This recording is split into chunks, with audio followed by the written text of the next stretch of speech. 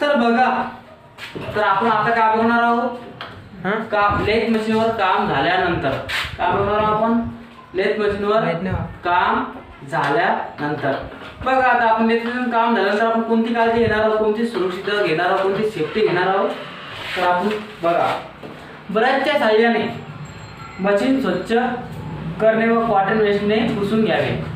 नंतर दुसरा पॉईंट, मशीनच्या सर्व लुब्रिकेटिंग पॉईंट्स व बेड वेजला अलाइनिंग करणे. कटिंग टूल स्वच्छ करून जागेवर ठेवणे. लेथ मशीनच्या आजूबाजूची जागा स्वच्छ करणे. मशीनचा विद्युत पुरवठा खंडित करणे. आता आपण त्याच्यानंतरचा पॉईंट बघणार आहोत, सेंटर लेथ रचनात्मक वैशिष्ट्ये स्पेसिफिकेशन. म्हणजे काय, सेंटर लेथ रचनात्मक वैशिष्ट्ये व स्पेसिफिकेशन. आता बघा त्याच्यामध्ये आपण काय बघणार आहोत, एक नंबरचा पॉईंट बघा. आता एक नंबरचा पॉईंट काय आहे, टर्निंग. काय आहे, एक नंबरचा पॉईंट त्याच्यामध्ये आहे टर्निंग. कोणता पॉईंट आहे, टर्निंग. बघा, जॉबचा धातू काढून त्याला आवश्यक सिलेंड्रिकल आकारात व साइज मध्ये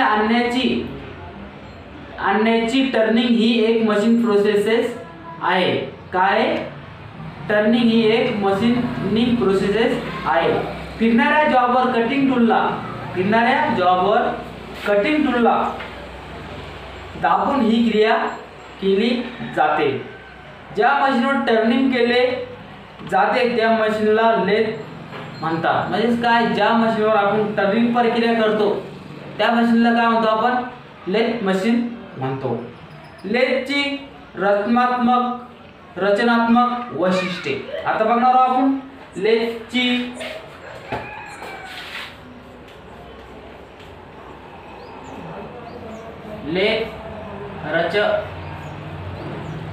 रचनात्मक वैशिष्ट्ये.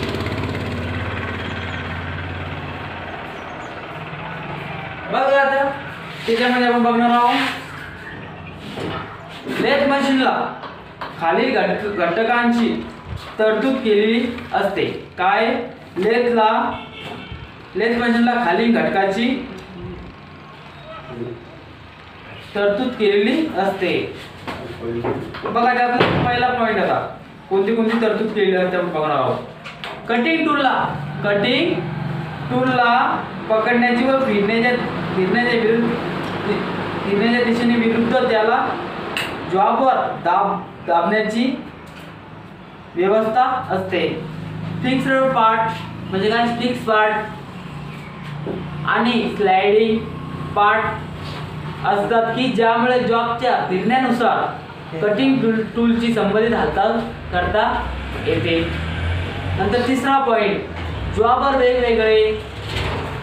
वेगवेगळ्या प्रकारचे ऑपरेशन करता यावे यासाठी आवश्यक ती उपांगे आणि अटॅचमेंट बसविता येण्याची तरतूद असते. उदाहरणार्थ ड्रिल. उदाहरणार्थ काय, ड्रिल, रिमर.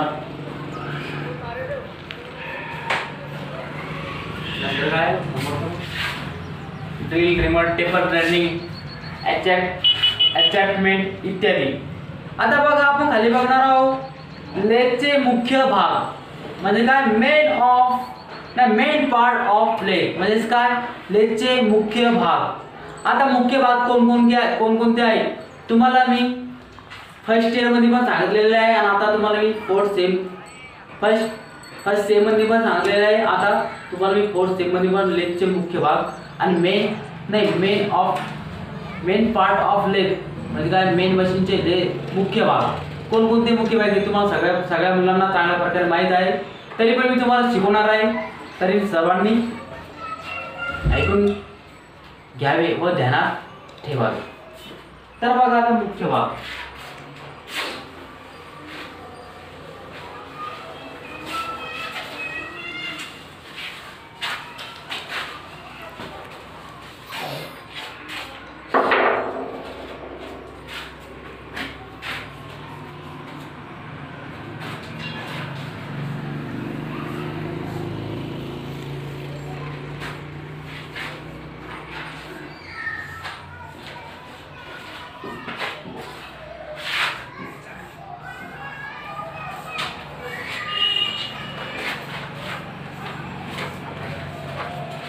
तर बघा लेथ मशीनच्या मुख्य भागामध्ये काय काय असते बघा. आता लेथ मशीनचे पुढील वेगवेगळे मुख्य पार्ट आहे. लेथ मशीनचे पुढील वेगवेगळे मुख्य पार्ट आहे. तर बघा पहिला पार्ट कोणता आहे. पहिला पार्ट तुम्हाला मी इथे लिहून देतो.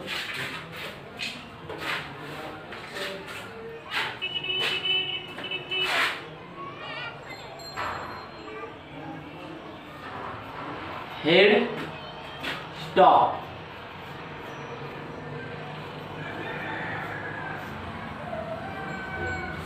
दूसरा पार्ट आहे टेल स्टॉक.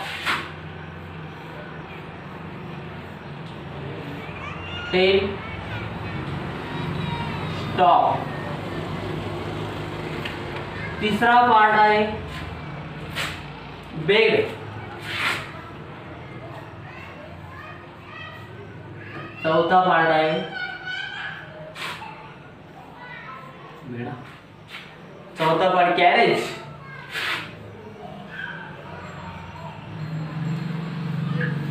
पाचवा पार्ट आहे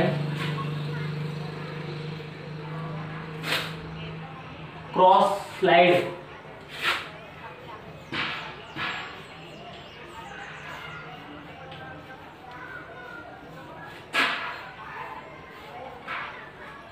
सहावा पार्ट आहे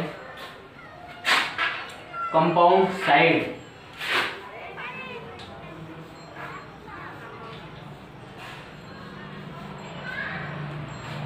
सातवा पार्ट आहे फीड शॉप. सॉरी हा फीडच फीड शॉप.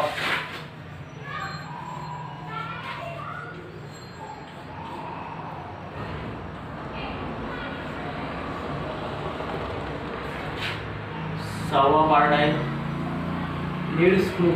आठवा पार्ट लीड स्क्रू. नववा पार्ट आहे लगेज लेगस. Sorry legs. लेगस. दहावा पार्ट आहे स्पिंडल.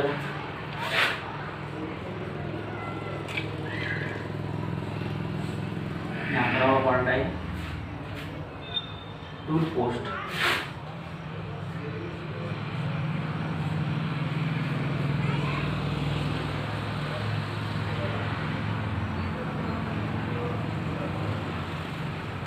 मित्रांनो मी तुम्हाला आता हे जे लेथ मशीनचे पार्ट लिहून दिलेले आहेत हे पूर्ण किती आहेत 11 आहेत. तर कोणते कोणते head stock, tail stock, bed, carriage, cross slide, compound slide, feed shaft, lead screw, लेगेज, स्पिंडल आणि टूल पोस्ट. हे किती आहे 11 पार्ट आहे.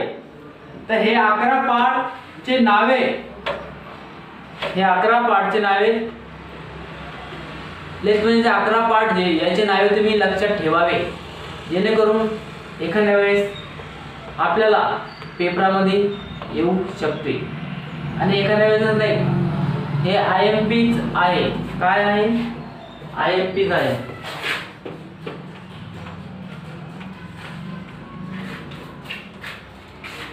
तर बघा लेथ मी हे पार्ट दिलेले तुम्ही ध्यानात ठेवावे. आता बघा लेथचे स्पेसिफिकेशन. लेथचे स्पेसिफिकेशन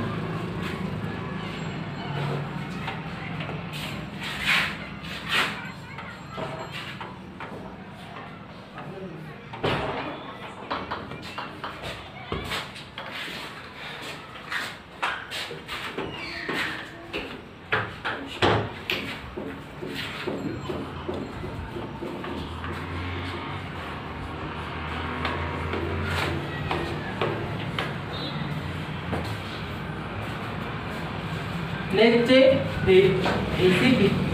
स्पेसिफिकेशन. तर बघा लेथ मशीनची साईज पुढील घटकावरून ठरवतात. लेथ मशीनची साईज पुढील घटकावरून ठरवतात. पकडल्या जाणाऱ्या त्यातलाच पहिला पॉइंट आहे. पकडल्या जाणाऱ्या जॉबच्या मोठ्यात मोठ्या व्यासावरून. दुसरा पॉइंट, बेडवरील स्विंग ओव्हर लेगच्या पासून बेडच्या वरच्या सरफेस पर्यंत असलेले लंबांतर म्हणजे स्विंग ओव्हर.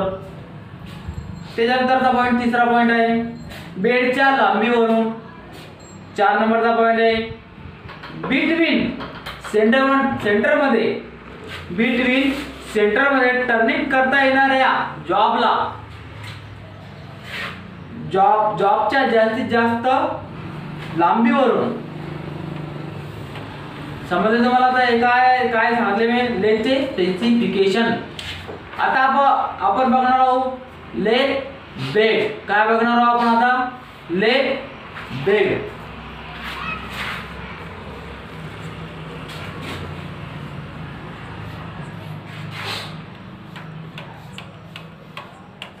तर बघा, लेग बेडचा उपयोग कशासाठी आपण करतो? लेग बेडचा उपयोग आपण कशासाठी करतो त्याचे संदर्भ सहित आपण स्पष्टीकरण करणार आहोत. तर बघा, लेग बेड हा लेगचा महत्त्वाचा भाग असून लेग बेड हा लेगचा महत्त्वाचा भाग असून याचे पुढील कार्य किंवा फायदे आहेत. तर बघा, कोणकोणते फायदे आहेत? 1 नंबरचा फायदा, स्थिर युनिटला म्हणजे स्थिर भागांना एकमेकांशी अचूक संबंध ठेवून प्रस्थापित करणे. 2 नंबरचा पॉइंट, स्लाइड वेगची तरतूद करणे किंवा ज्यावर ऑपरेटिंग युनिट हालचाल करू शकतात. लेग बेड प्रामुख्याने क्लोज ग्रे कास्ट आयरन पासून बनवतात. या धातूचे पुढील फायदे असल्यामुळे ते बेडसाठी वापरतात. त्यातला पहिला पॉइंट आहे तुलनात्मक दृष्ट्या याची किंमत कमी आणि ते सहज उपलब्ध होते.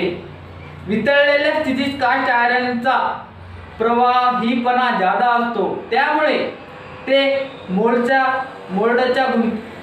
गुंतागुंतीच्या भागात सहजपणे पोहोचते. समोरचा पॉइंट, लोड खाली कास्ट आयरन बेड होत नाही पण ते तुटते. ग्रे कास्ट आयरन सहज मशीनिंग करता येते. समोरचा पॉइंट, ज्यादा कॉम्प्रेसिव्ह लोड सहन करते. नंबरचा पॉइंट, यात कार्बन फ्री स्वरूपात असतो किंवा ज्यामध्ये सेल्फ लुब्रिकेटिंगचा गुण असतो. समोरचा पॉइंट, व्हायब्रेशनला विरोध करते.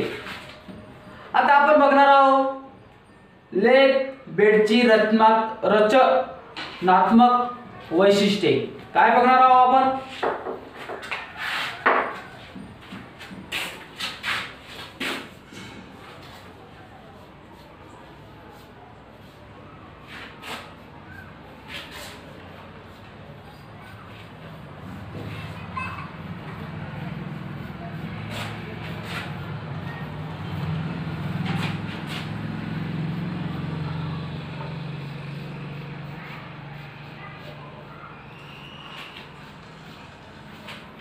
तर बघा, त्याच्यामध्ये आपण बघा,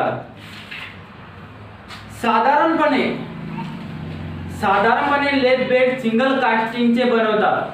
मोठ्या लेथ मशीनमध्ये ते 2 किंवा 3 भागात जुळले जातात व अचूकपणे एकत्र जुळले जातात.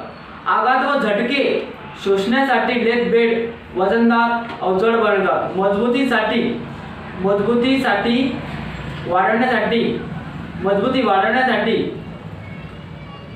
मजबूती वाढवण्यासाठी बेडला वेग ब्रेसिंग बनवलेले असतात. लेगला स्क्वार व कुलवण करता एक ट्रे असतो. हा ट्रे लेग बेडचा अविभाज्य भाग असू शकतो.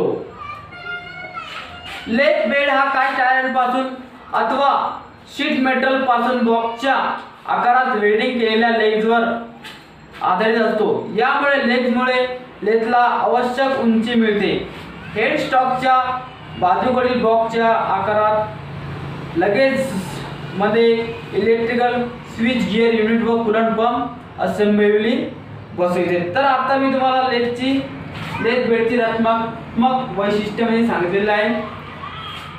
आपण आता समोर पण घेणारच आहोत.